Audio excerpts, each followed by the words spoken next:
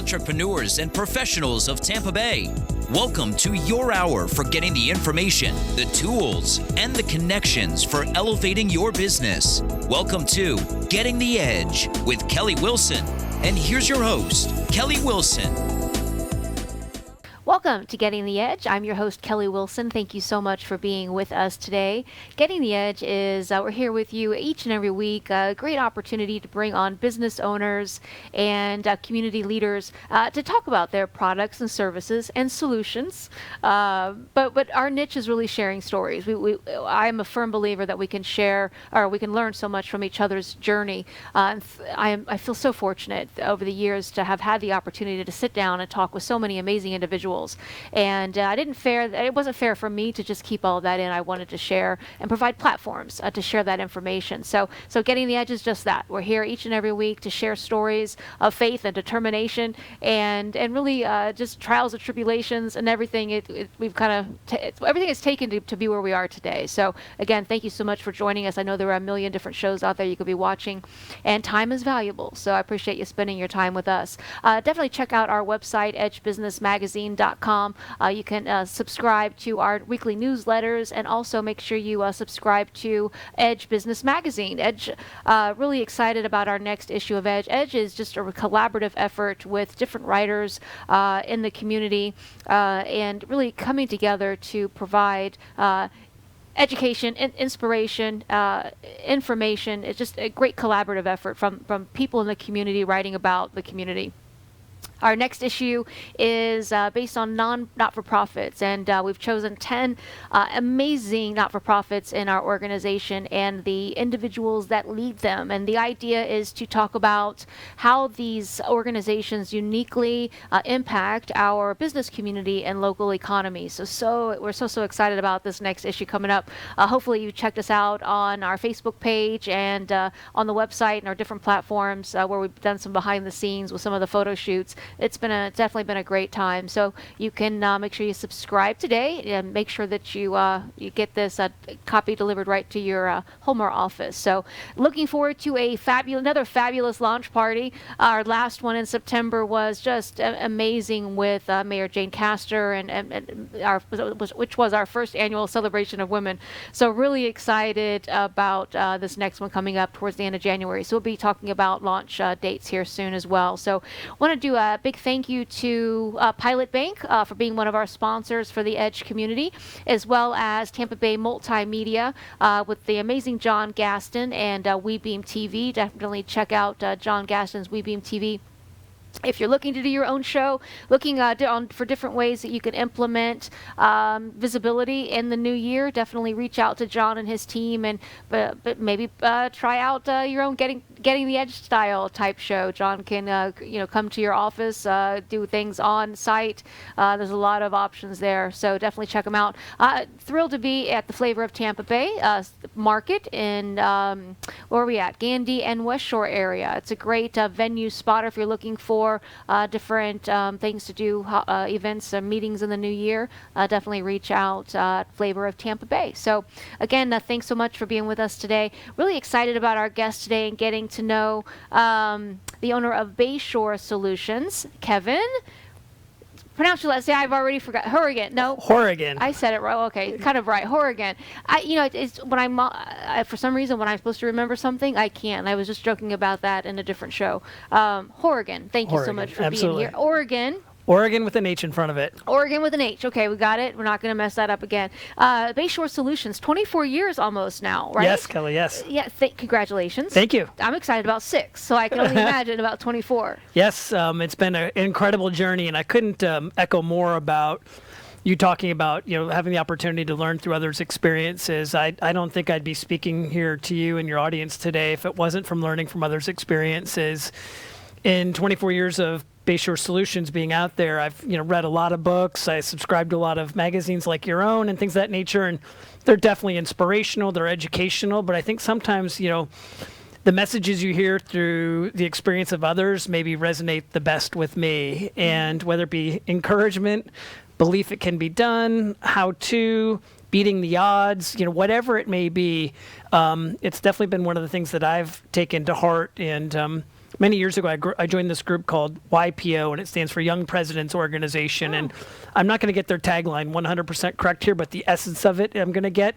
And it's making better leaders through education and experience. And that's exactly what it was. It was getting educated through reading books and attending seminars and things like that. That was half of it, but the other half was really learning through each other's experiences. So I appreciate what you do and sharing other leaders in the community, be able to share their experiences, and hopefully everybody gets a couple nuggets of takeaway value out of it. I hope so. That's really what the whole concept and idea is. It's funny, I was a mother at 18, and I thought I knew everything. You couldn't tell me anything. And here I am in in 40s, and I just don't know anything. And Yes. I'm the first one to admit I don't have all the answers. And I think when you come to that realization that you don't know everything, that you really lean on others that have been through things. And then I've also learned never to underestimate anyone. Sure. Because even though you may not think someone's been through, or everybody's able to offer and provide something that you can take. Yeah, absolutely. And I think, whether it be, having conversations with this, watching it on TV, or it might be, finding a mentor out there. My mentors, I think, happened by happenstance and not necessarily by intention. And I didn't know what was happening at the time that it is, but their experiences absolutely created the core character and the core DNA of who my company is. And I think they know it, and I think I know it, but we never had formal conversations of the conversations we were having. Learning from their experiences would create the foundation of who I became as a businessman and who my company became as a scrapping bootstrap company early on. Well, and that, I think, goes to what EDGE stands for as well, as far as building relationships, because it's taking time to get to know these people and work with them closely. And you never sit down with somebody with certain expectations of certain kind of outcome. I mean, you're really you're sitting down with them to get to know them and create a relationship that can be dual effective or efficient, or however you might want to say that. Yes. Where you're both, taking away and learning from each other and hopefully growing and becoming better beings. Absolutely.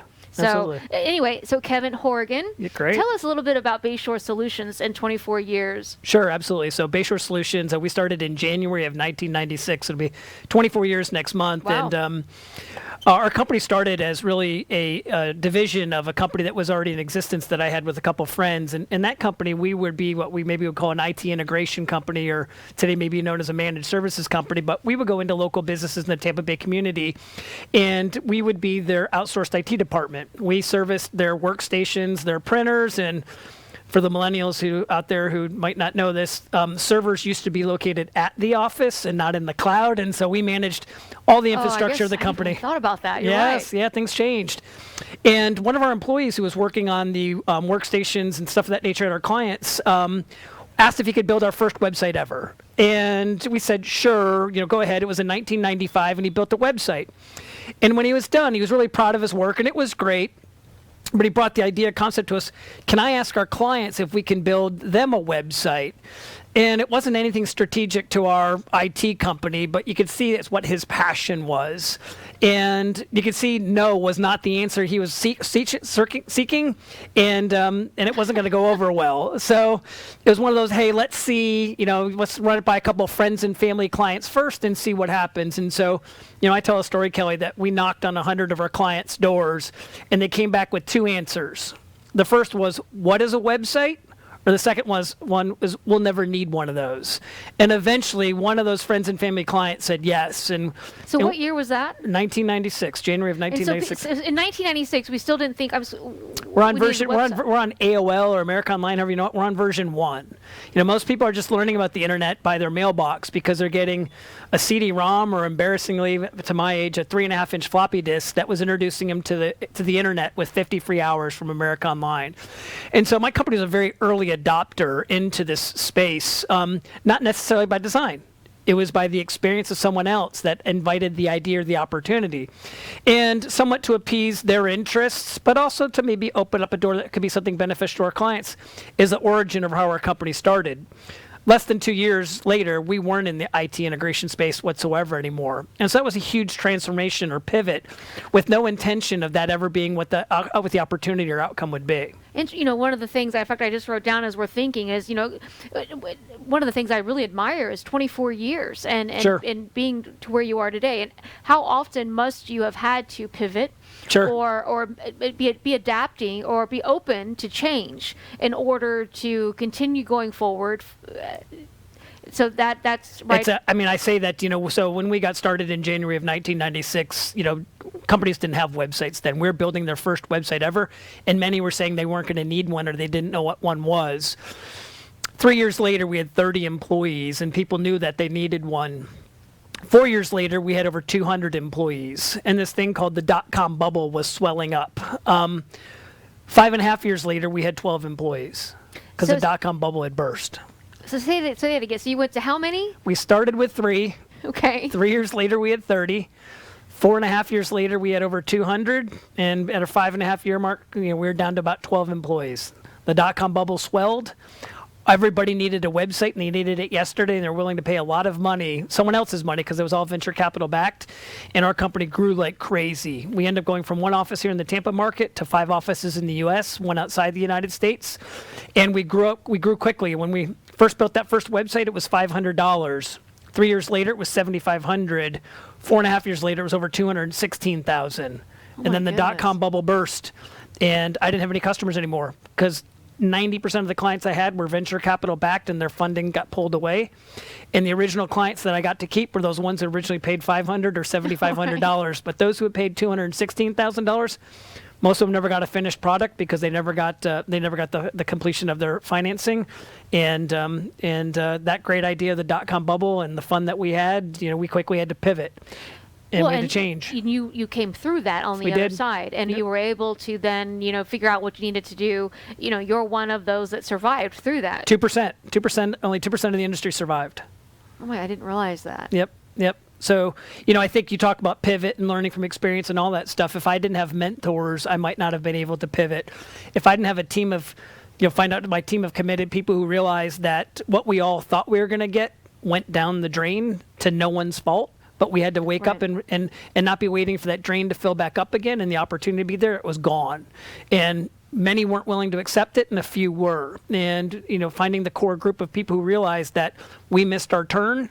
Those who got to take their turn probably didn't get as big of a turn as they thought, but a lot of us missed, and we could either be, sulk about it and wait for the opportunity to come back, or we could take a different stance and serve those who are ready to be served. And we took the latter. And we were one of the 2% to end up on the good side. So at this point now you're down to 12 employees. No, we've got about a team of 60 people. Well, I mean you're coming through then. Yep. Okay, so you kept some stayed with you, or was it even hard to stay? I mean, because then it wasn't difficult. You can tell the story now, and it's much easier to tell than it was to live, right? Oh, absolutely. So you go from 30 employees to 225 and 225 to 12 in about a 3-year window. That's a journey that's difficult to that I'm sure experience. Made you who you are today. But great, but you're happy that that's passed, and you can now reflect and learn. What doesn't kill you makes you stronger, and that's what they say. But in that journey, a lot of lessons learned and stuff of that nature. Yeah. But it came down to, at the end, as that honeymoon was falling apart, it was very easy to figure out what we had to do. We had to pay our bills. And we had many clients who were unable to pay their bills, and they had hope and promise, but they weren't fulfilling those hopes and promises. It was very simple. We had to enforce they had to get current, or we couldn't provide services any longer, and we lost 90% of our clients at that time. Is that right? But we didn't continue. If we didn't do that, I wouldn't be here today, because we were continuing to listen to hope, and hope's not a strategy. Right. And had we would have been missing our own bills for too long of a period of time, and we wouldn't be having this conversation about my company celebrating 24 years in business next month. That's a great, what you just said. Hope is not a strategy. No, it's not my own original, but I repeat it often. Right. I mean, we can be hopeful and maybe be hopeful with the strat, but you're exactly right. Hope gets people in trouble. Yeah. Hope is really not a plan with an intended good outcome. That's really what hope is. Hope is an intended good outcome without a plan. And that usually doesn't end up very well. And the difference of going from hope to having a plan is being honest with oneself, and being objective and not emotionally attached to things, to be able to have a clearer picture of what really needs to be solved. Because without a clear picture and without true analysis of the situation, And without an objective view and an unemotional approach, your ability to solve the problem will have a lot of clouds. Right. And hope will still be some strategy out there that you still haven't faced the reality. An unemotional approach. You've thrown some good things out. Yeah, it'd be great if you can implement all of that. I mean, but we have to as business owners. Well, again, these words are easier spoken than they are to implement. And I think sometimes it takes advisors and peers and friends to be able to provide that clarity, because as much as we want to be conscious about being unbiased and unemotionally attached and stuff like that, there's a human element to us that I don't know if I could ever completely release. Right. And I think that's where it comes with third-party advisors and mentors and others' experiences to help us understand, Kelly, I heard what you said, but I really don't think you're seeing it with a clear lens. Right. And here's why. And it's hard to hear those words often, but often they're pretty spot on. And we just haven't opened up our own objectivity enough to see it with that clarity. Somebody made a comment somewhere. We were talking about, surrounding people. You don't need just a yes man either. You need people around you that are going to be honest and upfront with you. And somewhere it said, if I don't need a yes man. If we're both going to see everything the same way, then we don't both need to be in the room. That's right. I think years ago I put a job description out and it said, I'm looking for what I need to hear, not what I want to hear, and making sure that's clarity. But that's another well-said statement. If we both agree on the same things, we don't belong in the same room, nor on the same team. You have to complement your team with different skill sets that all bring and build a great team together. And it's easy early on to build a team of people you like to be around with, but often that doesn't provide the diversity of the skills and experiences that you need to build the team. And certainly I've had great teams my whole career, and I continue to learn how to build better teams. Well, one of the questions I always ask is how providing advice for us on building an effective team and staff. Yeah, so you can go with the cliches, hire people smarter than you, and all these things, and I couldn't agree with any of those being more untrue. But I also think it's important to really know what the expectations of who you need. I've thought I made great hires before, and they were great people and great candidates. I didn't have my own requirements known, and I mishired not because I didn't hire great people who met that requirement. I incorrectly assessed what my requirement was and hired incorrectly because of all of that. And so I think it's continue to find out, what are you good at? What is your capabilities, capacity, experience, passion, and then what does your company need to surround itself with that isn't your core competency or passion, and know where your time should be best spent and where it shouldn't be spent, and continuing to allocate where your talents are and find others with talents that complement those, and make it rewarding for everybody involved in the journey, and you start to be able to build cohesive teams. Yeah, that's great. That's great.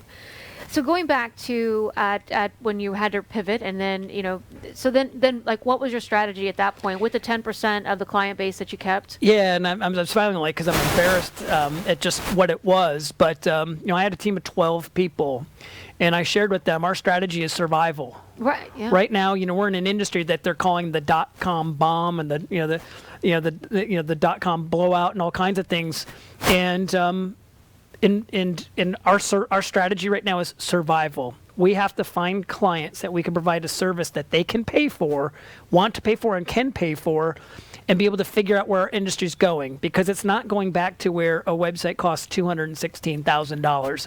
That's where it had just come from. And so the industry is not going to pay that anymore. And at the time when we were going through this plan of pivot and change and survival, we choose to rebrand our company at the time. And I remember people would ask me, like, where did Bayshore Solutions come up with? And, we're sitting not far from Bayshore Boulevard, where I made the decision. The Bayshore came from Bayshore Boulevard. But the solution side is I could have been Bayshore Web Design. I could have been Bayshore Website Marketing, Bayshore Web Hosting, Bayshore Web Development. I could have been any of these Bayshore things. But Kelly, I didn't know where the industry was going, and I didn't want to put a brand of a service in our company's name that would pigeonhole us, or what I hate to slangily refer to as tattoo us, to an industry that the market was going somewhere else. Mm-hmm.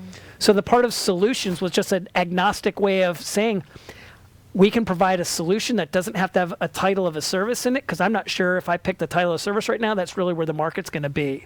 And so we had to determine, we went with Bayshore Solutions. I didn't know if I was going to get back into the IT services space. I truly didn't know if the internet was going to survive, if it was a fad. It was that bad. When you lose 90% of your customers in about a 60-day window, you really are questioning whether, and you're watching your competitors go, publicly traded companies in our space fall. you didn't want to be tattooed to anything that was Bayshore Internet without knowing where it was going. So what year was that? January 2002 is when we rebranded. So the .com March of 2000 is when the NASDAQ crashed, and that's where it started. Oh my goodness. Yep. And I guess just not really thinking about it, I didn't realize it was that soon or near like the whole real estate demise of. It was immediately thereafter, and it's so funny you bring that up, because I remember as we were through mentors and advisors and things of that nature, I can remember my head mentor and I had a board of directors asking me, like, what's Bayshore Solutions vertical going to be? And I'm like, well, we haven't had a vertical in our first 6 or 7 years. We serve so many industries right now. I'm concerned if I picked a vertical, I'd be disrespecting some. But if I had to pick some, it'd be real estate and healthcare. This would have been about 2003, and if I had picked those verticals and focused on them, it would have looked like a rock star decision, because the industries were growing tremendously for another short period of time. Right. And I can't imagine how our company would have gone into those two verticals in 2002 and 2003, swelled up again, real large again, only to go through the downturn of all of that again. I can't imagine I could keep team members through all of that. And I still have original team members today who've been with me since those early days. But I can't imagine, had I picked those verticals and gone through that whole roller coaster ride all over again, where I'd be. I chose to say what we call digital experts across many industry verticals. And still today, we're a company who provides digital expertise across many industry verticals, and not get caught up into those cycles that different industries have that create a high demand of my company growing, and then no demand when those industries swell down. And we learn so much in many other verticals that we can share in other verticals that aren't a conflict of interest and things of that nature. We've just always stayed non-vertical focused and been happy with that decision. Well, I think it's great. It's terrible to go through these things we go through, but we also learn so much from them. Sure. And hopeful,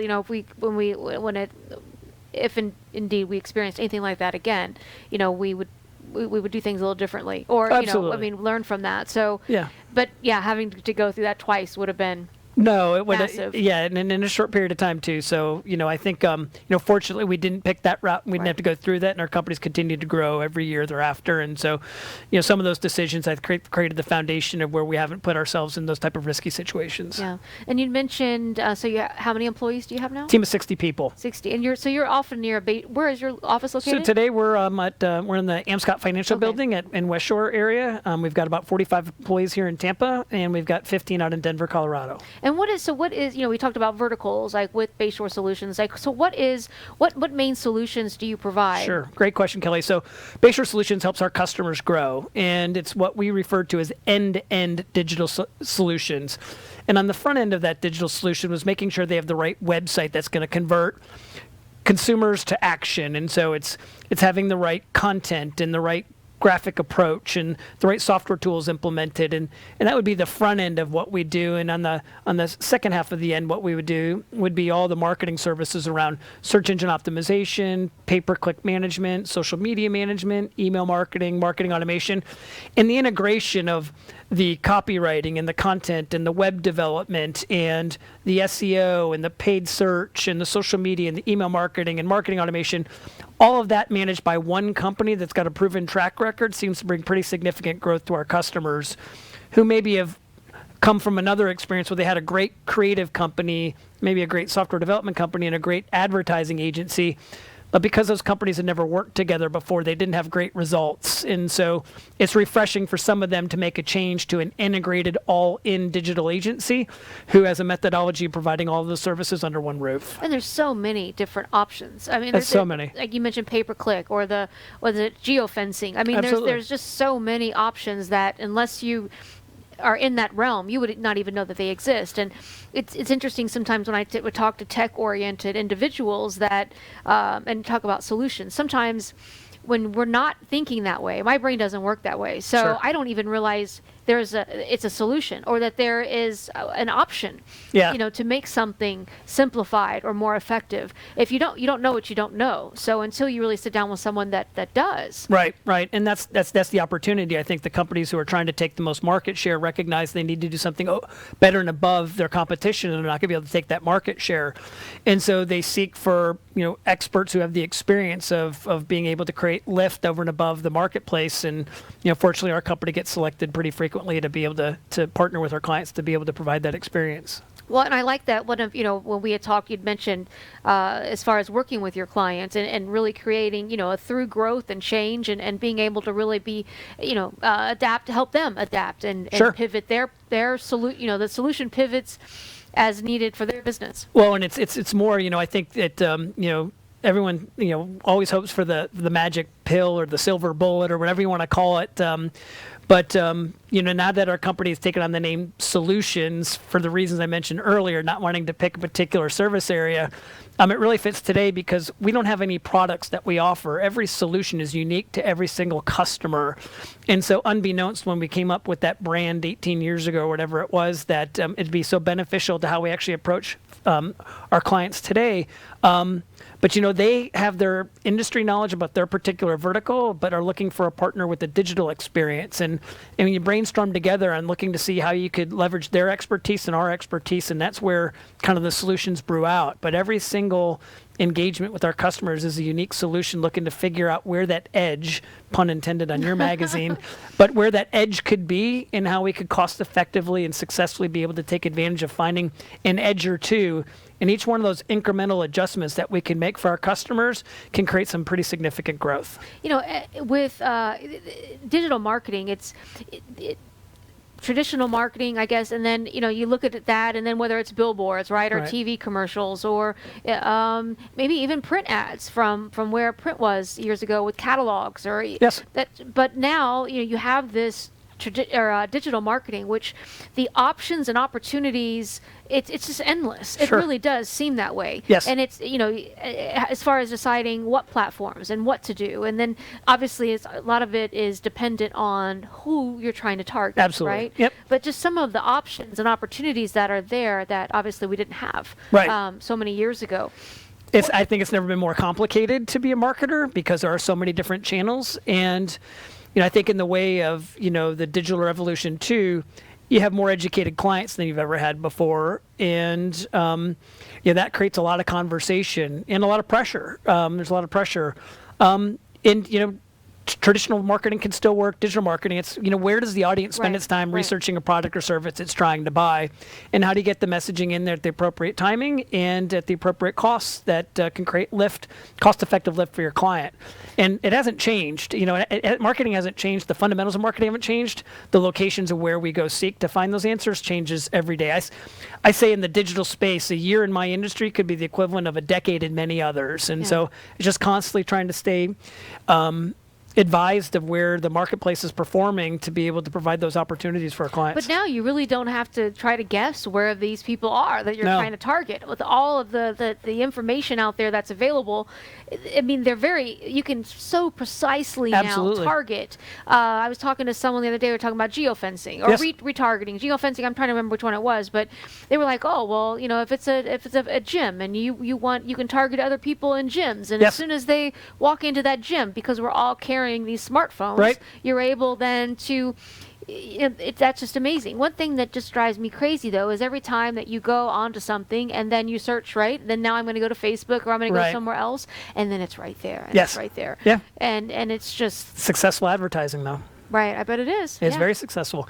Nowadays, we talk about retargeting and geofencing, all this stuff, but retargeting is just bringing a brand that you were shopping with before and you didn't buy, an opportunity to see that brand again. But nowadays, whether you're on Facebook or Instagram or some of that stuff, with all of these demographic information that we can market to, we're creating buying impulses in consumers who had no idea they wanted to buy our product. And I'll just pick on myself for an embarrassing example, but on Facebook or Instagram one day there was this paintless dent removal tool, and I was about to sell my car, and I knew I had a little door ding in there, and I'm like, it was $29, right? And so I'm like, all right, I'm going to buy this paintless dent removal tool. It showed a video. It looks simple enough. I've never taken it out of the package, and I sold the car with a dent in it. So I didn't know I'd be in the market to buy that. I just knew I was going to sell my car, but they know I'm a car guy, and I was looking at lots of cars, and so they intentionally put that ad in front of me. I bought something on an impulse that I had no intention of buying, and it's sitting on my garage shelf.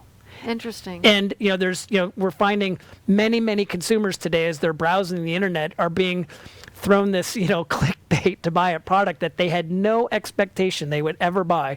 And that's a true story of an experience I had 6 months ago, and I have others, but I'm too shy or embarrassed to tell you the others.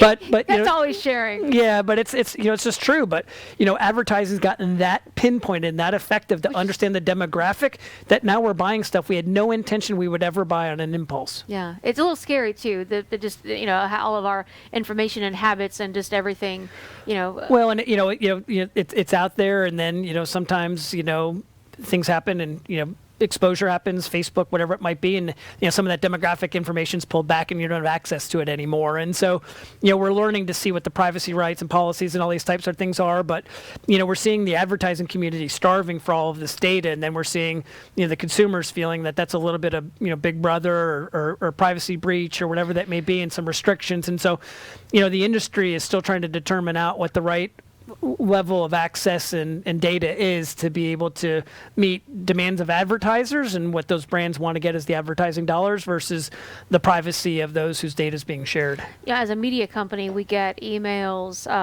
and just lots of different things from everybody. And I actually, we did get one not too long ago. Somebody was trying to sell us a list. Yes. And it was all, I don't remember exactly what it was or what area it pertained to, but just the fact that they were trying to sell a list of people's information was, I wouldn't buy that. I mean, there's a lot of list companies there's a lot of list brokers out there who do exactly that, and there's a lot of people who buy those lists. There's a market for it. Yeah, I guess I'm sure there are, but I just thought it felt invasive. I don't know. Earlier I mentioned geofencing. Yes. Let's talk a little. What because it is pretty clever type of advertising. Explain that. So certainly it's just putting a barrier around where you want your advertising to work. But I'll give you some examples where the technology I see working even better. So I have another company called Call a Ride, which is a new startup that's competing against Uber and Lyft, or take example like the scooter companies, the Lime and stuff that's here. There's areas banned for where those scooters are supposed to go. And when you go inside those geofences, those scooters slow down to nothing. Right. When you have a company like Uber or Lyft or my company Call a Ride, there are areas in which you aren't supposed to pick up people and things of that nature. And so when you go to call a ride or an Uber or Lyft, those areas are blocked out. And so that technology exists in advertising. I want to advertise within these core geofences and don't show advertising. And so whether it be a restaurant or a gym, it's usually a pretty, it's usually a retail of a low impact decision making where you see these geofences working, and it's highly targeted and can be very highly effective. Interesting. Yeah, it is clever. And again, for anything that you might want, it just seems to be able to have the options. Yes. What else have you found to be kind of one of the best? Well, again, I know there's no best because it's all dependent on the circumstances of what a client, what their goals are, sure, or expectations of achieving. What have you seen to be something that you just think is pretty highly effective? Yeah, so there's no silver bullet for everybody out there, but I think that a couple of things that I found to be highly effective over the last year or two. So certainly the spending spending your media dollars in social instead of just pure search engine optimization continues to gain a lot of traction, and it's a lot of this targeting that we're talking about. The impulse buy I had on the paintless dent removal tool is exactly what that is. But the opportunity to reallocate some of your paid search dollars into some paid social continues to find lots of opportunity for many advertisers. Content marketing and thought leadership continues to be a way to continue to build an opportunity to put some advertising out there and an opportunity to bring in an audience. We certainly see companies who are really practicing great marketing automation, particularly on the B2B or on the B2C side. Can be highly effective in getting a better return on investment on their advertising dollars to try to be able to determine how to get more out of the ones they've already earned business from, or those that they didn't, try to figure out a way to continue to drip message to them to get them to do business. And those who are focusing some good energy and efforts in marketing automation, I think, continue to find more opportunities than those relying on the original channels in the digital space around search engine optimization, pay-per-click, email. What is recently I've heard quite a bit about ClickFunnels. Yes. Is that like kind of where you bought that tool? Is that something like that where it's an ad that draws you in? What is that? So I think the ad that I saw was strictly nothing more than it understood that I browse a lot of car-related websites and threw that out there as potentially a click funnel to that type of thing. Is ClickFunnels associated with Instagram only, or is it no? Is that No, I would think it would be across many different social platforms. Instagram's a very popular one. Instagram's grown. The amount of advertising on Instagram's changed so much over the last 6 months, 12 months, 18 months. It's crazy, and same with Facebook. And so, used to be able to get your news from Facebook if you wanted to, and now there's too many advertising in front. You're trying to find a picture of your friend between all the ads. It's just gotten so. And those are like what's sponsored. Is that what you mean? Yes. So like when you see the sponsored ads. Yes. Okay. Yeah. And that could be retargeting. It could be some ClickFunnels. It could be any of that stuff. But advertisers are intentionally trying to put those ads in front of you because they think that they're going to be able to earn your business. Yeah, it's interesting. I forget where it was now. So I kept seeing it or hearing about it. So I started researching what it is. And then there were products for you to get you to buy in order to to figure out how to create your own. Right. And then it was interesting. I mean, it's just another great idea on how certain companies are going to be successful at earning new business and growing existing business from existing accounts. And I think one thing I've learned over the years is that not everything works the same for everybody. Oh, it's obviously no, it's again, pun intended on my company's last name, Solutions, Bayshore Solutions, but we truly do not have any products that we offer. Every single recommendation we ever made is a unique solution for that particular customer, and it's understanding who their desired target audience is, where it does its research online to buy, and trying to figure out the cost-effective ways of putting messaging in front of them that they take action on and ultimately become a client with. Yeah. And every one of those is unique, and there's a lot of great successes out there, but one success in one demographic doesn't mean it's a success for some others. And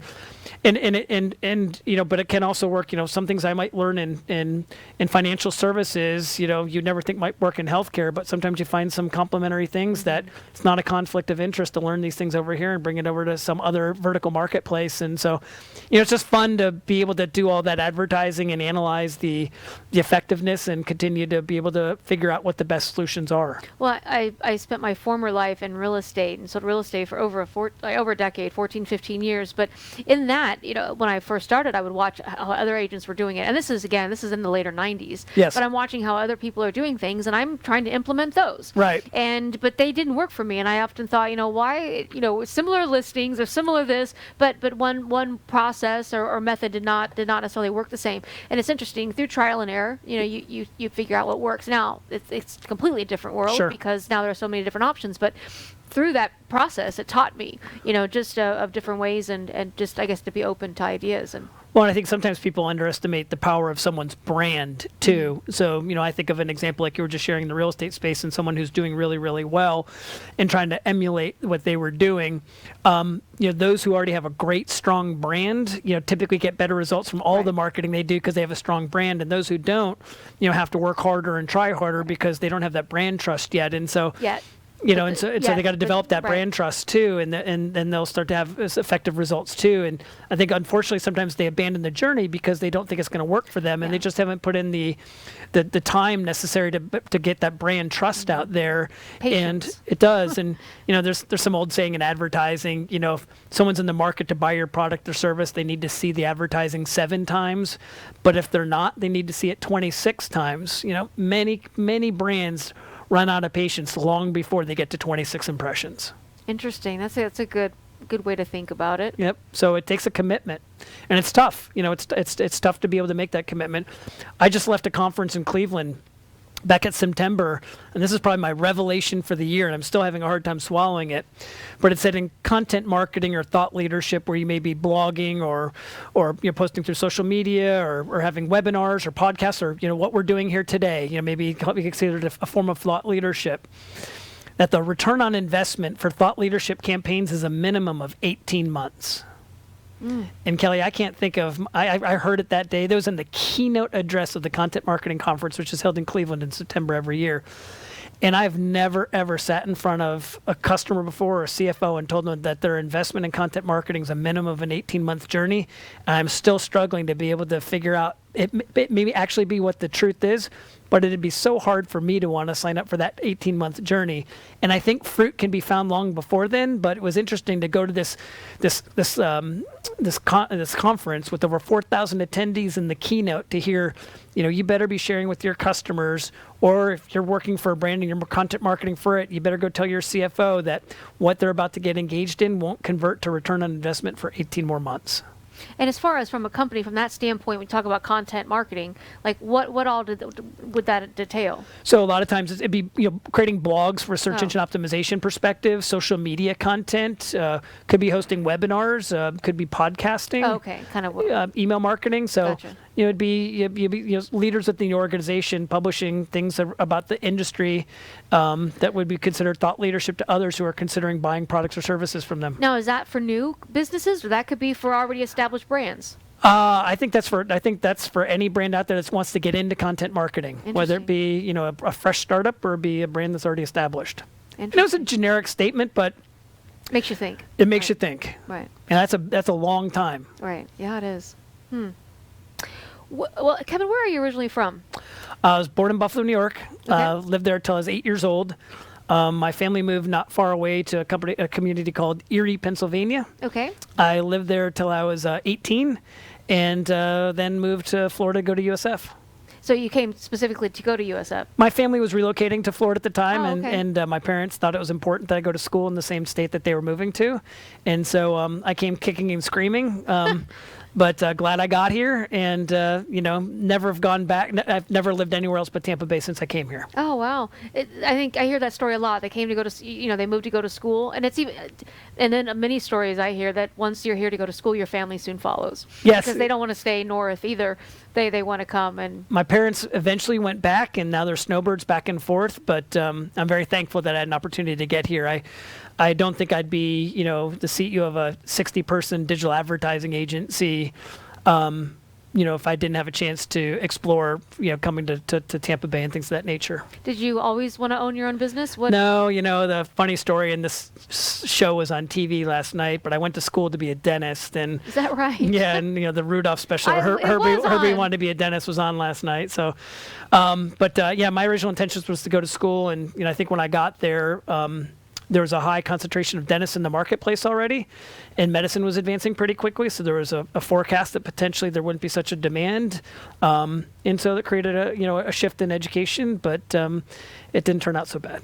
So did you shift then into business? Or? So I did. Yep. And really didn't know where I wanted to go. I thought since I was 6 years old, I wanted to be a dentist. I had some family friends who were dentists, and they were kind of that inspiration and that experience, and that kind of created that interest for me. But I think once I got into the workplace community and stuff of that nature, I found a calling, and I'm very satisfied with where I am. I think I could have been a great dentist too, but I'm very satisfied with where I ended up. Well, and I think the 24 years in business is definitely proves that as well. I think you're right where you belong. No, thank you. What if you could go back in time, let's just say into those USF days? What advice would you give yourself now, or what advice would you give yourself then, knowing what you know now? I think that it's a great question, Kelly, and I think as I look back on my own education, I think I would have taken it more seriously. I don't think I had the self-imposed direction to take it as seriously as I should.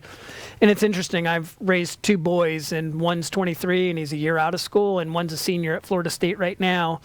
And somehow or another, they've had that. They knew why they were there, and they absolutely executed. On the education and the fun side. And so I couldn't be more proud of the two of them. The older one's doing fantastic. He graduated with a degree in finance, and the younger one's going to graduate on time with a dual degree in real estate and finance.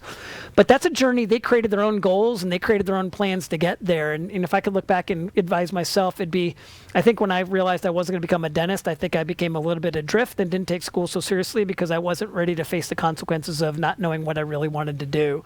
And I looked to say, I don't think I raised my children any differently than anybody else did. I just think that the generation that's coming into our business climate now has a much better sense of purpose of what they need to do and why. And I can remember my kids getting into college, how painful it was to see how how difficult it is to get kids into college these days. And, I look at those kids and the challenge and the competition to get into school today is only 4 years away from that same competition to get into the workforce. And so, for the kids who are in school today, or the kid, in high school, or the parents of those of you who have kids in high school or college, it's a big competitive time commitment and focus to be able to get them in the right school. But don't give up there, because that's the next journey to get into the workforce. That same group going into school is the next one going into the workforce. And so I think I would have taken school a little more seriously if I could give myself the advice back then. Wow. What's the best advice you've ever been given? I think it probably goes back to one of my mentors. He used to repeat this phrase: "You are who you hang with." Mm-hmm. And I never really knew what his message was then until I learned later what it really meant. But that there's a couple other phrases around that, and it's about your kids and show me their friends and I'll show you their future. But surround yourself with the best of the best people, and those experiences will give you insight of other things you can do outside your own vision and opportunity. And so I just think, surrounding yourself with the best of people will bring out the best in yourself. Yeah, you got a lot of good sayings. People repeat, I'm a man of a million famous phrases. None of them are my own, but I do do repeat a lot of them because they're inspirational and they're things I live by. But, definitely surrounding yourself with the best of the best will open your ideas. It will open your mind to a vision you can't have just, by yourself, or just expand your horizons and find a way to surround yourself with the best of people that you can. What has been like a toughest lesson learned? And this might have something to do back with the dotcom. I think in the dotcom run, I can remember, our company was like a typical dotcom company. We were trying to go public, and I remember we were flying to Boston to go on what they called a road show, to go tell our story just before we were about to file the IPO. And we were in a private jet, and they're kind of, I don't want to say wining and dining, because there was no wine on the air flight that morning. But the investment bankers were definitely trying to get us excited about what the financial opportunity that was on our horizon, and we kind of believed it because others had gone public that were similar companies like ours that were only 6 months or 12 months in the journey. But I can remember, Kelly, being on this airplane and these guys asking myself and my partner at the time if we needed any money, and if maybe a $5 or $7 million pre-IPO loan might be something that we could put to use. I remember saying to myself at the time, I have a vision of what success is, and it isn't as easy as the journey we've been on so far. And I remember my partner, his eyes were this big and his mouth was this wide open, and I just said to myself, it can't come this easy. It can't come with this short of a journey or with this little of experience that we've had. And that was the last roadshow we were ever on. It was less than 10 days later the NASDAQ crashed. And so I think just some of that feeling that I had, and one of the things that wasn't going right is, I guess I trusted my gut that time. And I remember my friend, signed up to get some of that advance money, and I didn't choose to do so. He never got it. I don't think any of us ever would, but I think trusting my gut that time that we really hadn't done what was necessary to be able to be in that situation was something that I reflect back on is it was tempting as it was. We didn't deserve it, and victory tastes great when you worked hard and you earned it. And it tastes great too if you got lucky, but lucky's often the result of a lot of practice that just happened to be at the right place at the right time. There's another one of those sayings. Yeah, but to me, nothing's more satisfying than knowing I worked hard and with our team are able to accomplish some stuff. And again, another old phrase: winning isn't everything, but it can be more fun. And so, working hard and enjoying the rewards of working hard and making people around you successful is, highly satisfying to me. So what is your definition of success today? I haven't found it. I think I'm still searching for it. I enjoy working with my team every day. I enjoy working with our clients every day. 24 years into it, I still get up early every morning. I go into the office. I have a passion for it. I love helping people. I love solving problems.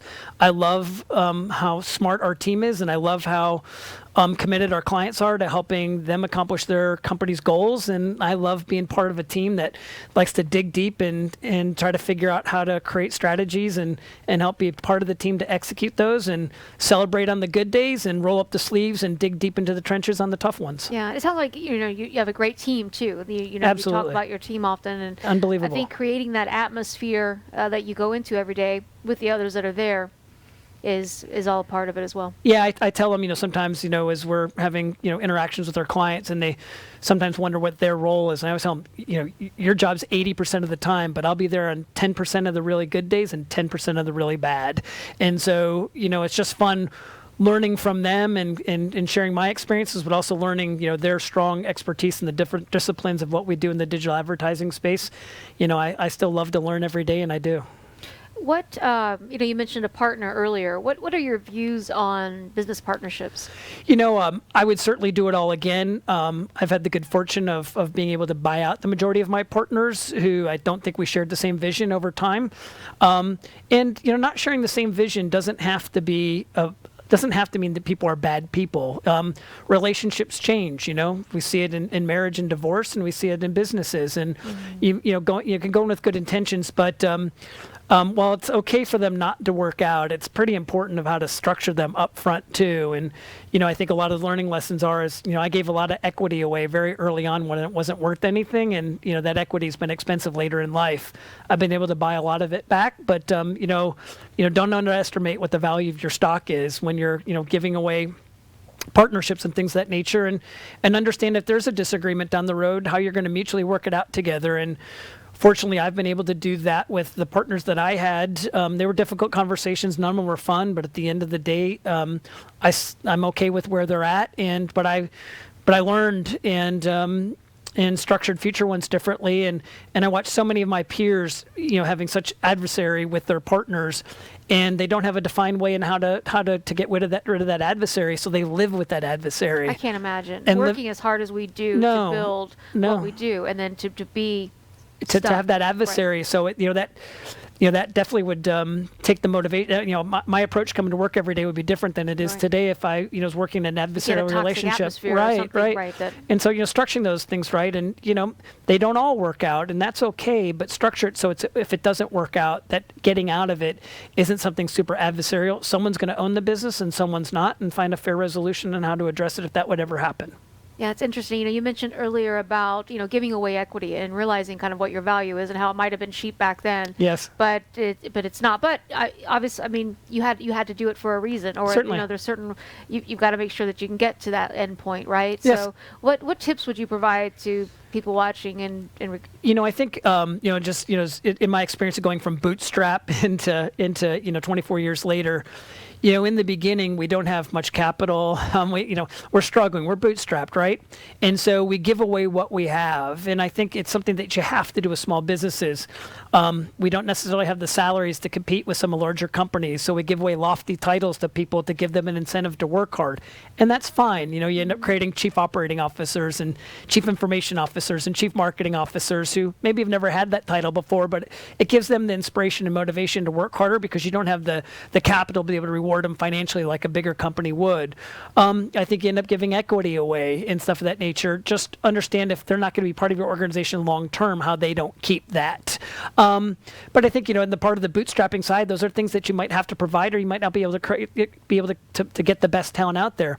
And hopefully they stay with you. But if they don't, find a way that the decisions you made early to lure them in and help you grow the business, that they don't continue to get that benefit if they don't want to be a part of it, or you don't want them to be a part of it later in life. Yeah, it's difficult. I talked to a lot of business owners and gone through things myself with building and trying to go through the growth stage. Yes. Of okay, so every time you ramp up because you have all this business and things are working, you're almost slowed back down or held back because you don't necessarily have the team or the resources to continue going forward. Right. So a lot of times, you have to be creative. Well, and another old saying, but if you're not growing, you're dying, right? And so I view there's no organization that I'm affiliated with that isn't always trying to grow. And there's been a couple years in my 24-year journey where growth wasn't top-line revenue. There's been a couple times you talked about the real estate downturn and stuff like that. And I can remember going into 2008, doing our business planning, and I said, this year we're actually going to forecast we're not going to grow on our top line. But we're going to invest in all of our systems and processes, and we're going to grow in our margin and our earnings. And so our team had never heard me say we're not going to grow in our top line before. And you know what? We actually went backwards in our top line and had the highest profitable year we had ever had in probably 12 years of business at that time. And so that was a victory. And so growth wasn't necessarily always about top line. It was growing something in the business, because if you're not growing, you're dying. And if we couldn't grow top line, but we could find ways to invest in our processes and find a way to gain efficiencies, it was a huge win for us that year. Yeah, that's great advice. What might people be surprised to know about you? What might people be surprised to know? Well, I went to school to be a dentist, so we let that one we let that one out. I think sometimes people think I'm just diehard focused all the time, and I'm a guy who loves to have fun too, and it's not all work. But I enjoy having a good time.